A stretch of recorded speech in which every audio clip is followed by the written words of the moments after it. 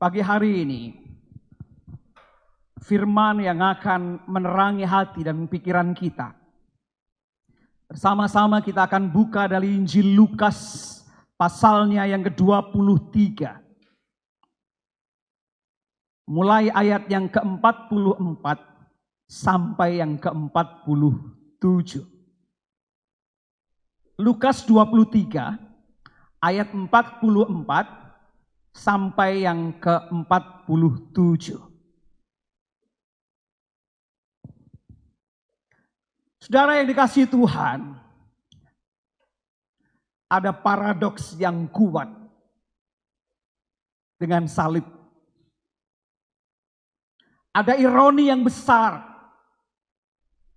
di satu barang yang namanya salib. Dan memang tidak mudah untuk memahami dan mengenali paradoks ini. Karena memang salib adalah sebuah misteri ilahi. Di satu sisi salib menjadi simbol keterkutukan bagi dunia. Namun ternyata justru salib ini menjadi simbol bagi kuasa dan keterberkahan bagi orang percaya. Di satu sisi salib adalah tanda kematian yang tragis bagi seorang terpidana macam pemberontak dan penghujat Allah. Tapi tahukah kita bahwa salib ini bagi orang percaya telah menjadi simbol penebusan dan pembebasan tunas, lunas, dan sempurna. Tahukah saudara, bagi dunia, salib adalah tanda kemarahan sekaligus dendam kesumat oleh karena ketidakadilan dan pengkhianatan. Tetapi tahukah saudara bahwa bagi orang percaya, salib ini telah menjadi lambang kasih pengampunan yang tulus dan paripurna. Maka pantas saja tidak mudah untuk memahami dan menghayati karya salib Kristus. Karena pantas saja orang Yahudi melihat salib ini sebagai batu sandungan. Mengapa orang Yahudi melihat salib ini sebagai tanda dan batu sandungan? Karena memang sama sekali Yesus yang tersalib itu tidak masuk dalam narasi lingkup asa, pengharapan, pembebasan mesianik. Yang harusnya dengan gagah perkasa, yang harusnya dengan kelantangan, menghancurkan semua musuhnya dalam keperkasaan. Menuntut balas atas dasar keadilan dan pembelaan bagi semua orang. Adalah Yesus, Tuhan kita, justru menampilkan dirinya seperti domba yang keluh, seperti anak domba yang gak berdaya menyerahkan dirinya untuk dibantai. Maka salib bagi orang Yahudi adalah sebuah batu sandungan. Maka pantas saja bagi orang Yunani, salib ini adalah kebodohan. Yesus yang tersalib adalah sebuah kebodohan. Nggak masuk dalam logika akal sehat lurus manusia. Bagaimana seorang mau mati untuk orang yang mengkhianatinya? Bagaimana mungkin ada seorang yang mau membayar harga untuk orang-orang berdosa dan pesakitan seperti kita? Dan lagi, ia tidak membuka ruang bagi dirinya untuk membela diri.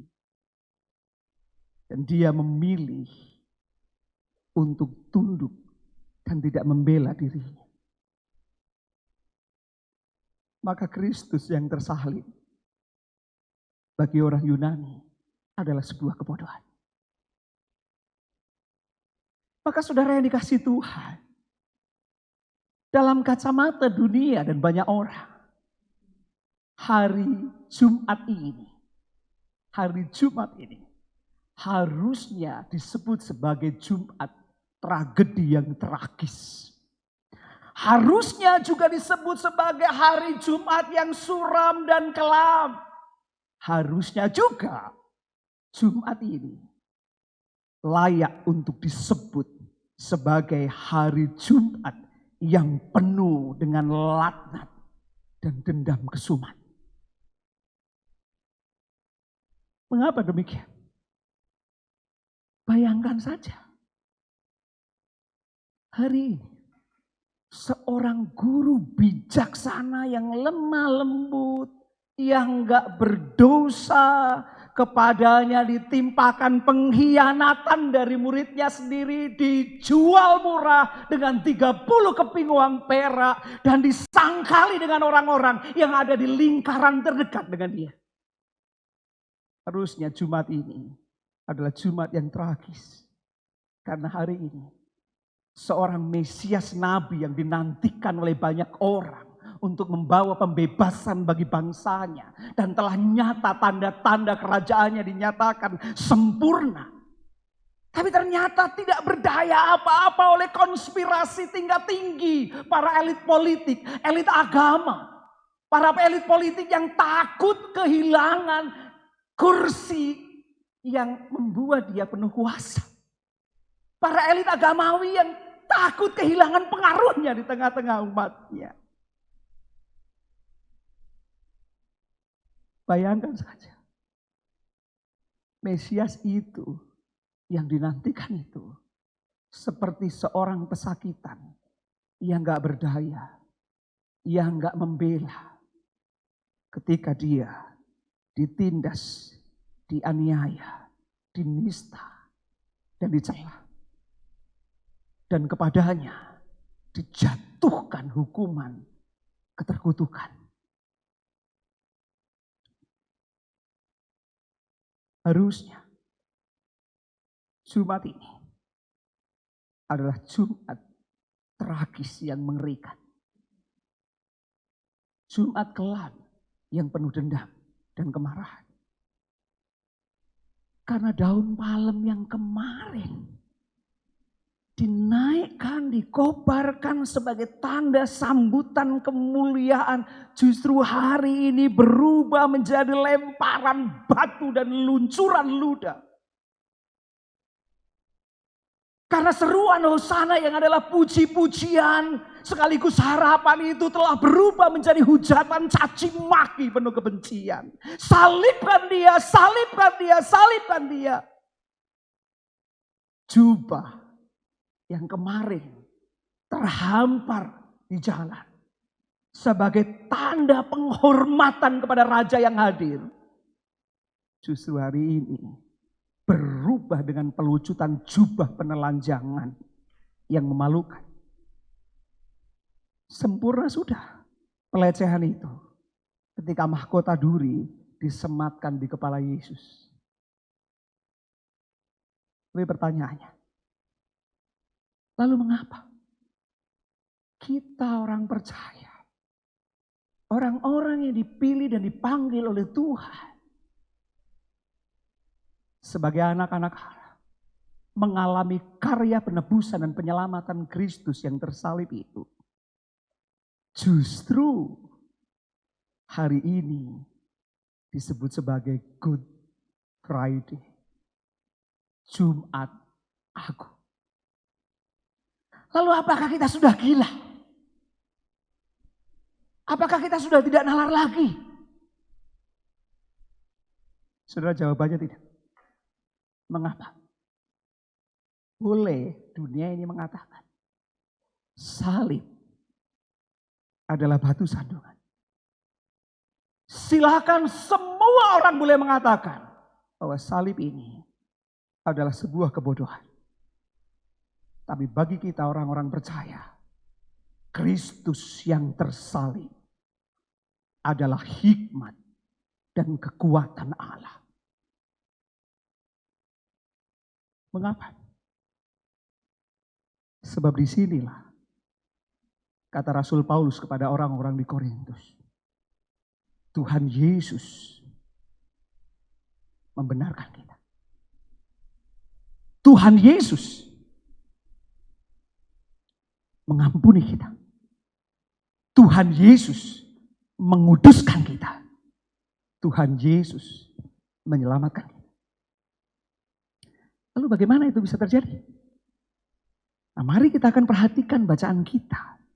Di dalam Injil Lukas pasal 23 ayat 44 sampai 47. Bagaimana penginjil Lukas menarasikan peristiwa kematian Tuhan Yesus. Dan di sana kita akan melihat bagaimana karya pembenaran. Bagaimana karya pengudusan. Bagaimana karya penyelamatan. Bagaimana kekuatan dan hikmat Allah oleh Kristus yang tersalib itu terkerjakan. Mari kita perhatikan ayat 44. Ketika itu hari sudah kira-kira jam 12. Ini berarti tengah hari. Lalu kegelapan meliputi seluruh daerah itu sampai jam 3. Sebab matahari tidak bersinar dan tabir bait suci terbelah 2. Saudara yang dikasihi Tuhan, rawat ingatan kita baik-baik, masukkan sungguh ke dalam hatimu, dan biarlah izinkan firman itu tetap tinggal, menguasai dan mengendalikan engkau. Bahwa yang pertama, kematian Tuhan Yesus di atas kayu salib adalah kematian yang istimewa. Bukan kematian yang biasa, tetapi kematian yang istimewa. Kenapa? Karena memiliki efek dan pengaruh kosmik. Kematian Kristus membawa dampak bagi semesta dan kehidupan manusia. Maka kematiannya sungguh istimewa. Kalau sudah perhatikan bagian firman Tuhan yang ditulis oleh Injil Lukas dan Injil-Injil yang lain, maka peristiwa Kristus Yesus tersalib dan ketika dia mati, maka diikuti oleh tanda-tanda yang mengerikan. Kegelapan di tengah hari, bahkan ada gempa bumi yang dahsyat, dan bahkan ada kubur-kubur terbuka, dan bahkan tabir bait Allah yang tidak bisa dibelah oleh siapapun juga, ternyata terbelah dan terbuka, yang memisahkan antara tempat ruang Maha Kudus dan tempat tidak ada lagi sekat. Jadi saudara dan saya harus tahu, kematian Tuhan Yesus istimewa bagi dunia ini. Karena memiliki pengaruh, memiliki dampak bagi semesta dan kehidupan kita sebagai manusia. Rasul Paulus kepada orang-orang di Kolose menggambarkan ini dengan sangat baik. Kalau kita perhatikan di dalam Kolose pasal 1 ayat 19 sampai 20. Kalau saudara sempat untuk membuka di rumah, mari kita perhatikan Kolose pasal 1 ayat 19 dan 20. Saya ingin membacakan untuk kita sekalian. Karena seluruh kepenuhan Allah berkenan diam di dalam Dia. Jadi di dalam Yesus berkenan kepenuhan Allah tinggal di dalam Dia. Lalu apa efeknya? Dan oleh Dialah, oleh Yesus Kristus Tuhan kita, Ia, Allah Bapa di surga, memperdamaikan segala sesuatu dengan dirinya. Baik yang ada di bumi maupun yang ada di surga, sesudah Ia mengadakan pendamaian oleh darah salib Kristus. Unik bukan? Justru pendamaian dengan semesta antara bumi dan surga terkerjakan bukan oleh pekerjaan-pekerjaan spektakuler, tetapi justru melalui karya salib kematian dan penyerahan Kristus. Oleh darah pendamaian itu terkerjakan. Manusia menyerah, enggak berdaya. Ketika alam ini mulai menunjukkan tajinya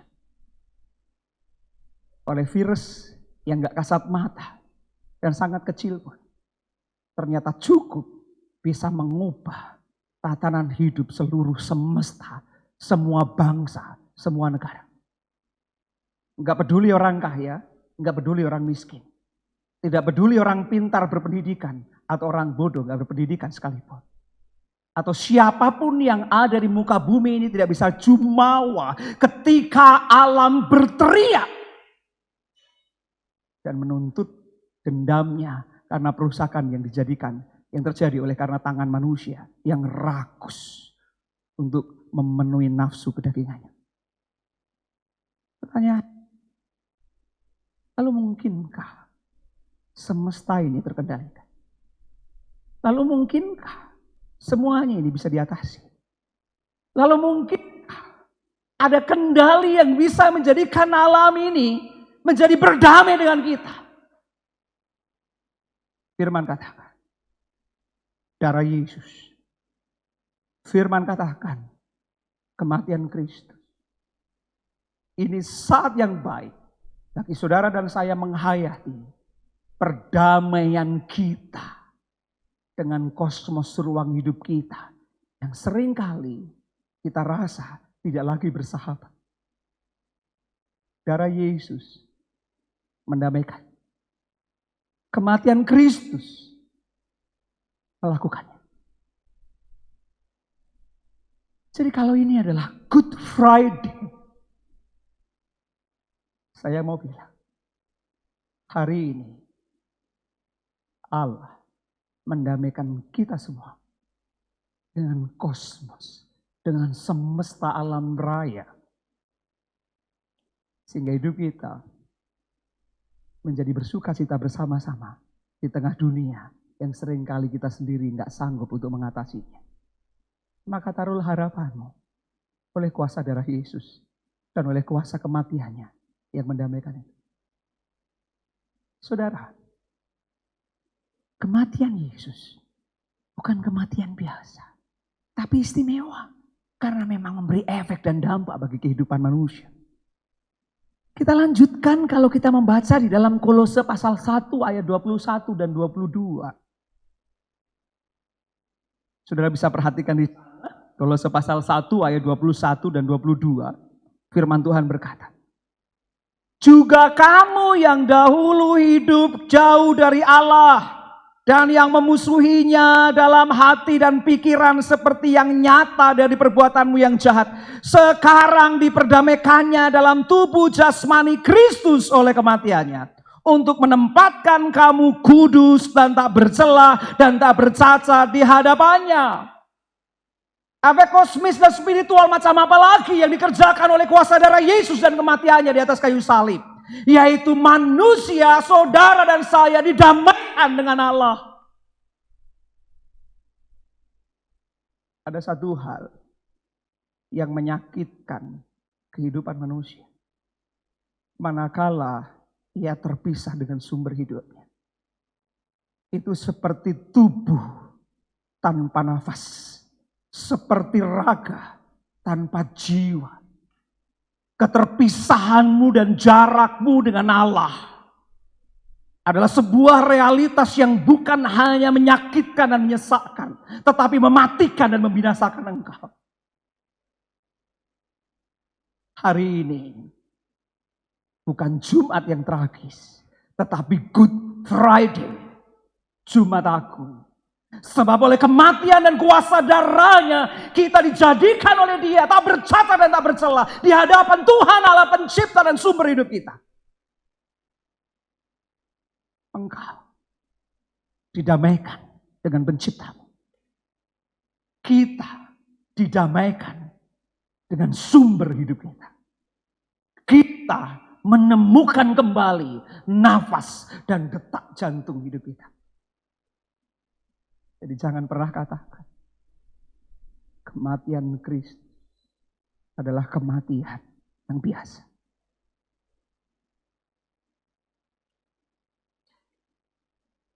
Lalu apa lagi yang justru terkerjakan oleh kuasa salib Kristus?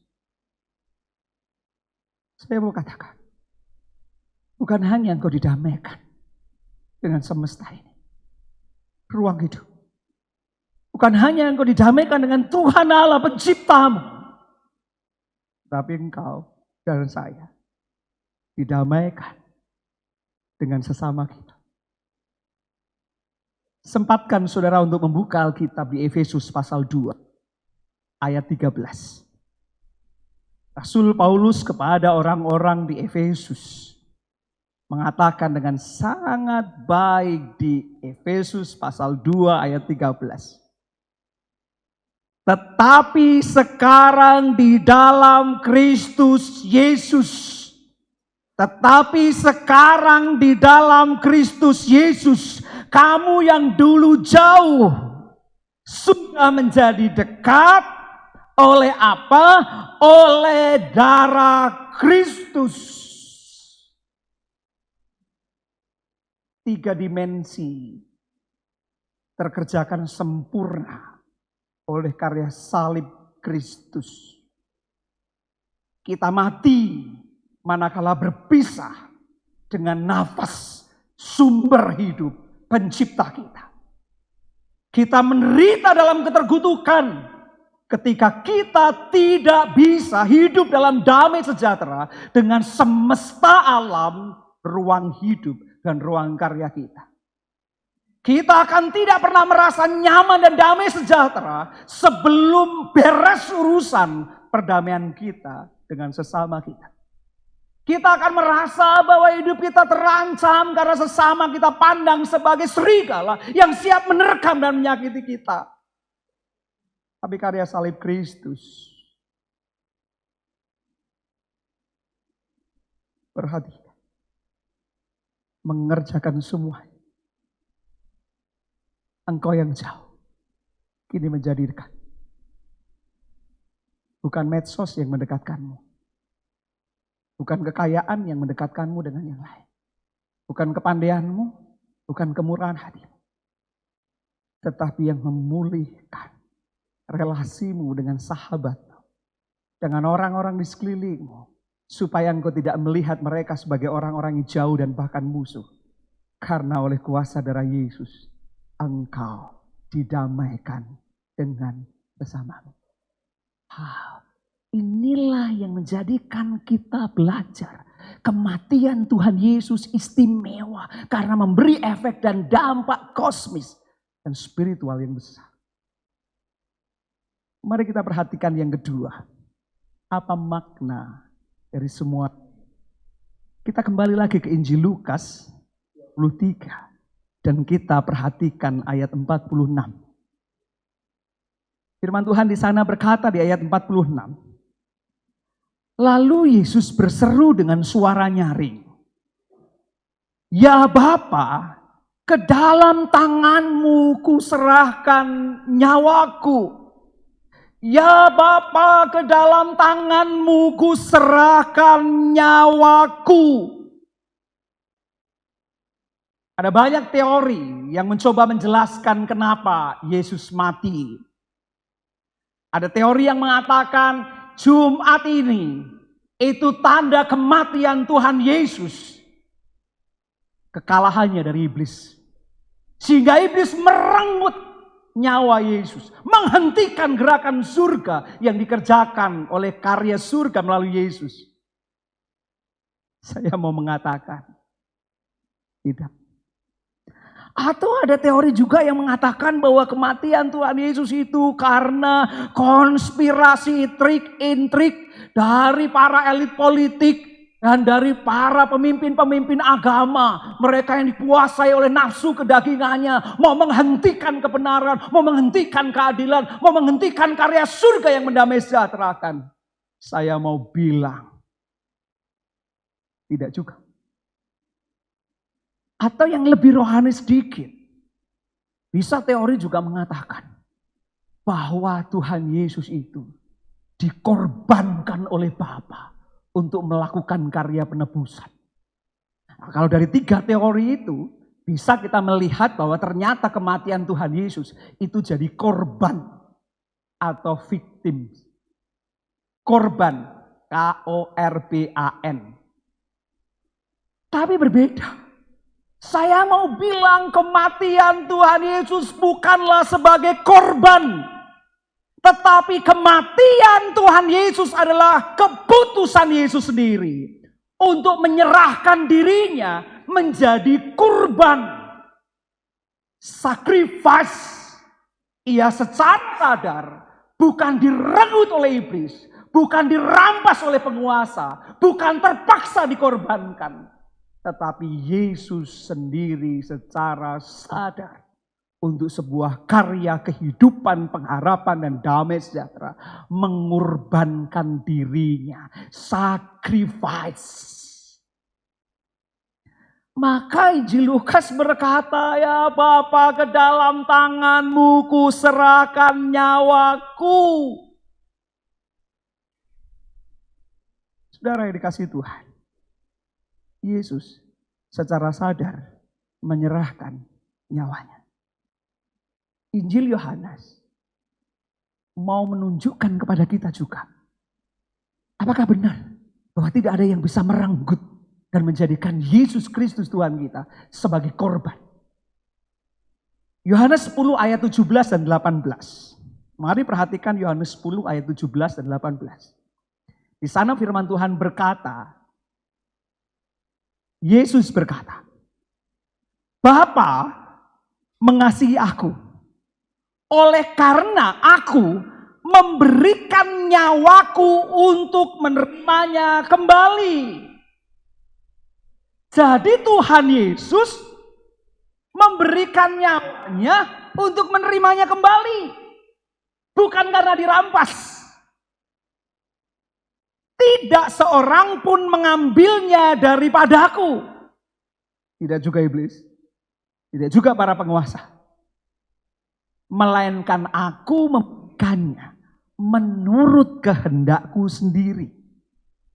Memberikannya menurut kehendak Tuhan Yesus sendiri. Aku berkuasa memberikannya dan berkuasa mengambilnya kembali. Inilah tugas yang kuterima dari Bapakku. Good Friday.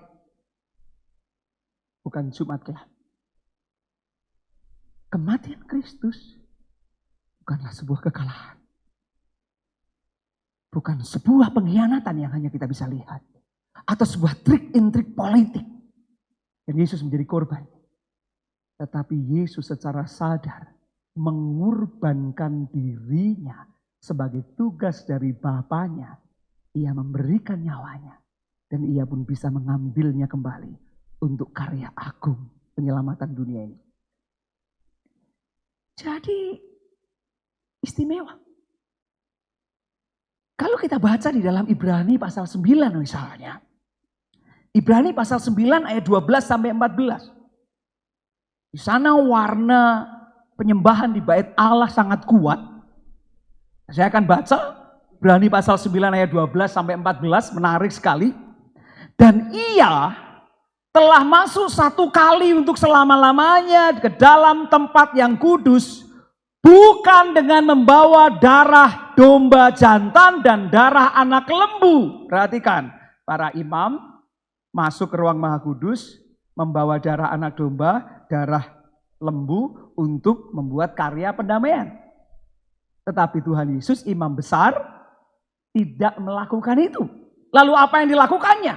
Tetapi dengan membawa darahnya sendiri. Jadi yang dibawa Tuhan Yesus untuk karya, pendamaian, penebusan, penyelamatan itu bukan darah domba, bukan darah anak lembu, tetapi darahnya sendiri. Dan dengan itu ia telah mendapat kelepasan yang kekal. Sebab jika darah domba jantan dan darah lembu jantan dan percikan abu lembu muda menguduskan mereka yang najis, sehingga mereka disucikan secara lahiriah, betapa lebihnya darah Kristus yang oleh roh yang kekal telah mempersembahkan dirinya sendiri kepada Allah sebagai persembahan yang tak bercacat dan menyucikan hati nurani kita dari perbuatan-perbuatan yang sia-sia, supaya kita dapat beribadah kepada Allah yang hidup. So, kematian Yesus adalah penyerahan diri. Apa yang kita bisa belajar? Orang yang mempertahankan nyawanya akan kehilangan nyawanya. Tapi orang yang kehilangan nyawanya oleh karena aku, firman Tuhan mengatakan, ia mendapat. Semua orang mau bertahan untuk tetap hidup di saat-saat susah ini. Jalan Via Dolorosa Kristus, jalan pendamaian dan kuasa yang menebus yang dilakukan Tuhan Yesus, bukan mempertahankan diri dan nyawanya, tetapi untuk menyerahkannya. Kita tentu rindu untuk melihat kehidupan terjadi atas seisi rumahmu. Kehidupan terjadi atas orang-orang yang kau kasihi. Kehidupan terjadi atas bumi ini. Dan jalannya adalah bukan mempertahankan ego dan nyawamu sendiri, tetapi berbagi hidup dalam solidaritas dan bela rasa ilahi. Karena dari situlah melahirkan kehidupan yang sejati. Yang ketiga, perhatikan ayat 47 dari Injil Lukas 23. Ketika kepala pasukan melihat apa yang terjadi, ia memuliakan Allah. Wow. Ia memuliakan Allah. Pemimpin kelompok yang mendapatkan tugas untuk menangkap, menganiaya, menghukum, membunuh Yesus sebagai pesakitan yang layak untuk didista, dianiaya, dan terbunuh secara sia-sia. Justru dari mulutnya sendiri, oleh sacrifice, oleh penyerahan diri Yesus, oleh tanda-tanda ilahi kosmos yang diubahkan oleh kuasa kematian Tuhan Yesus, memuliakan Allah. Maka benar Yesus mengatakan,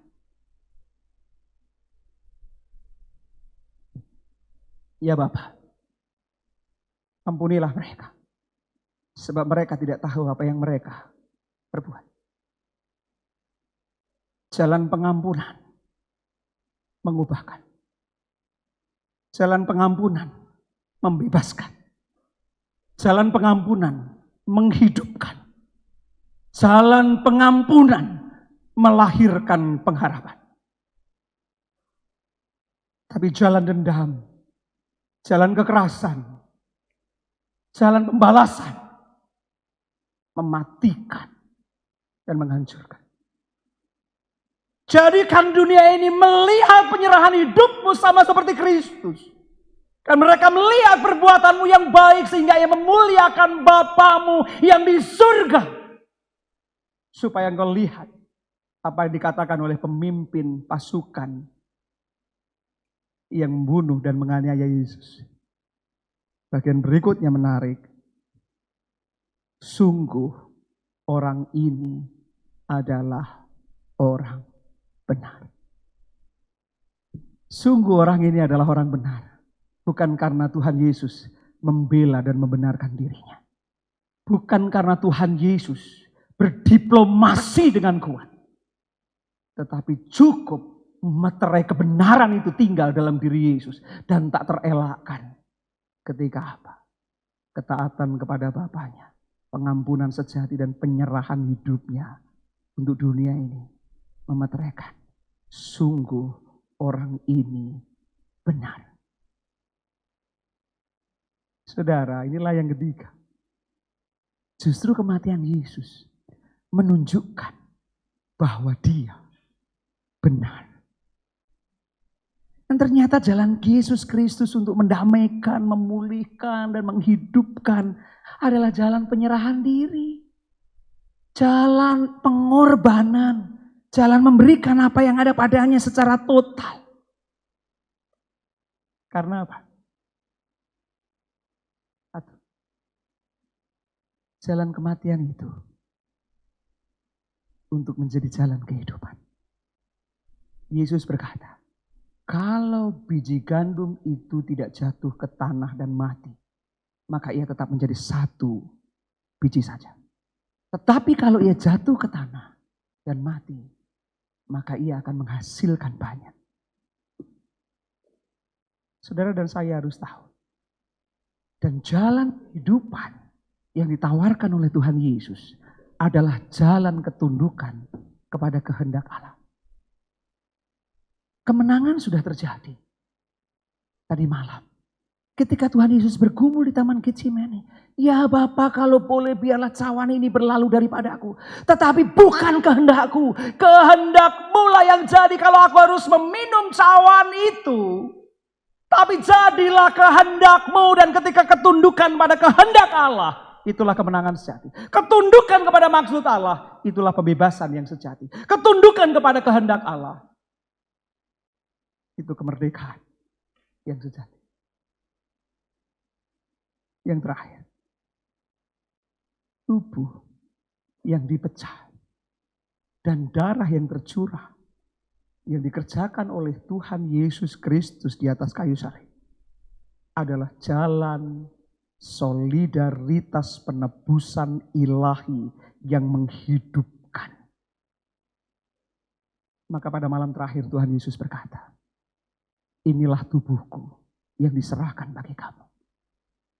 Maka Tuhan Yesus berkata, inilah darahku yang dicurahkan untuk penebusan banyak orang. Makanlah dan minumlah setiap kali kamu mengenang akan aku. Hari ini bukan Jumat yang tragis, bukan Jumat yang gelap, tetapi Jumat Agung, Good Friday. Mari kita berdoa.